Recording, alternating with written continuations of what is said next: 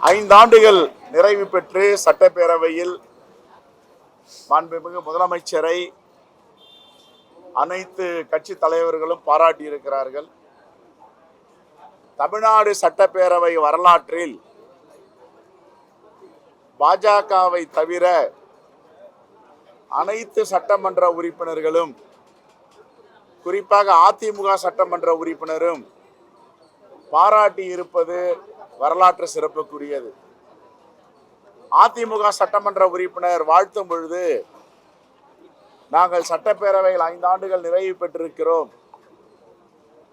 அம்மையார் ஜெயலலிதா அவருடைய ஆசியோடு, புரட்சி தலைவர் எம்ஜிஆருடைய ஆசியோடு மீண்டும் தமிழ்நாட்டின் முதலமைச்சராக அண்ணன் தளபதி மு.க. ஸ்டாலின் அவர்கள் வருவார் என்று வாழ்த்தியிருக்கிறார். இதுதான் தமிழ்நாடு சட்டப்பேரவையில் அனைத்து கட்சிகளும் அதிமுக சட்டமன்ற உறுப்பினரும் சேர்ந்து வாழ்த்தியது முதல் முறை என்று நான் நினைக்கிறேன். ஆகவே இந்த வரலாற்று சிறப்புமிக்க தருணத்தில் நாங்களும் மாண்புமிகு முதலமைச்சரை வாழ்த்தி மீண்டும் அவர் முதலமைச்சராக வர வேண்டும், தமிழ்நாட்டிற்கு நல்லாட்சி தர வேண்டும் என்று வாழ்த்தி இருக்கிறோம். நாடு கண்டிராத, உலகம் கண்டிராத நல்ல திட்டங்களை தமிழ்நாட்டு மக்களுக்கு தீட்டியிருக்கிறார். ஒரு நிகருக்கு நிகரான முதலமைச்சரை தமிழ்நாடு பார்த்திருக்கிறது.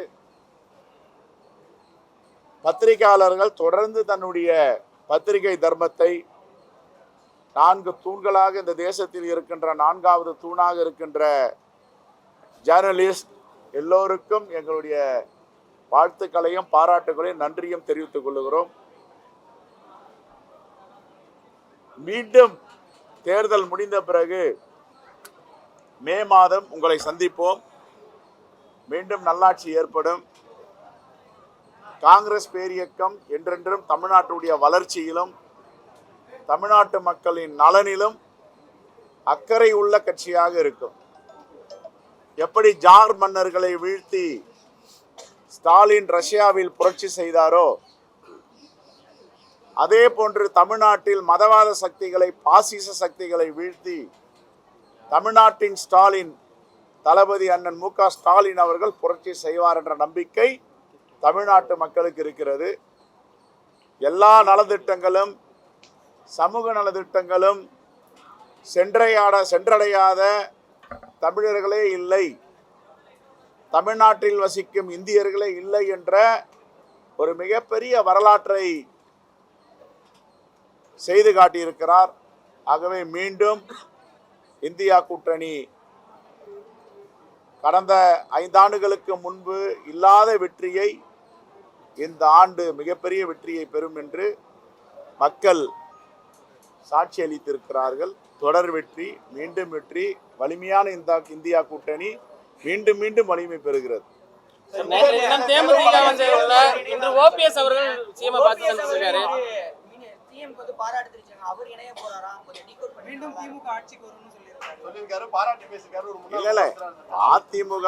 அதிமுகவுடைய சட்டமன்ற உறுப்பினர், உசிலம்பட்டி சட்டமன்ற உறுப்பினர் ஐயப்பன் அவர்கள் சட்டப்பேரவையிலேயே அம்மா ஆட்சியும் புரட்சி தலைவர் ஆட்சியும் திமுக மீண்டும் ஆட்சிக்கு வருவதற்கு இருக்கிறது, தளபதி அண்ணன் மு.க. ஸ்டாலின் அவர்கள் மீண்டும் முதலமைச்சர் ஆவார் என்று அதிமுக சட்டமன்ற உறுப்பினர் வாழ்த்தி பேசியிருக்கிறார்.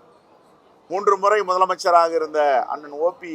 பன்னீர்செல்வம் அவர்களும் வாழ்த்தியிருக்கிறார்கள்.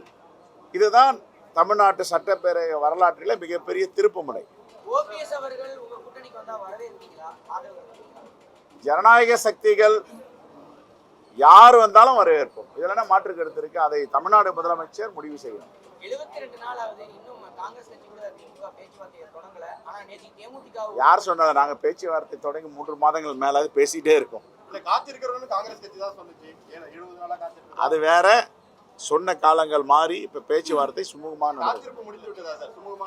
காத்திருப்புன்னு கிடையாது. நாங்க ஏற்கனவே பார்த்துட்டு வந்தோம். டிசம்பர் மாதம் இது வரைக்கும் தகவல் இல்லை. நாங்க சொன்ன அந்நிய மாலையே நாங்கள் 22ஆம் தேதியிலிருந்து பேச்சுவார்த்தை ஆரம்பிக்க போறோம்.